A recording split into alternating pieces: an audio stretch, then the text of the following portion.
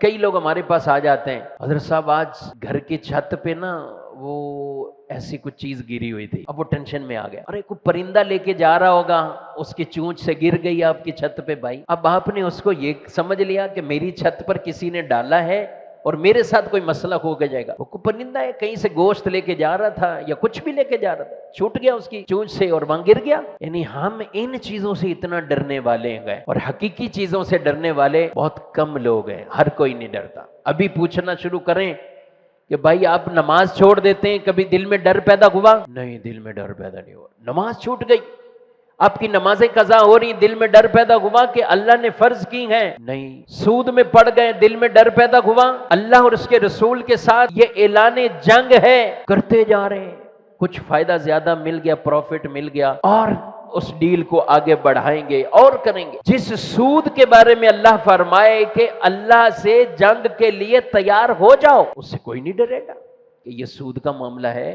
اس سے مجھے ڈرنا چاہیے، یہ تو رب سے جنگ لگ رہی ہے۔ بظاہر فائدہ بھی مل جائے، بظاہر نفع بھی مل جائے، لیکن یہ یاد رکھیں ہے سود، تو پھر کبھی اس میں برکت بھی نہیں ہوگی اور گناہ بھی الگ سے ہوگا۔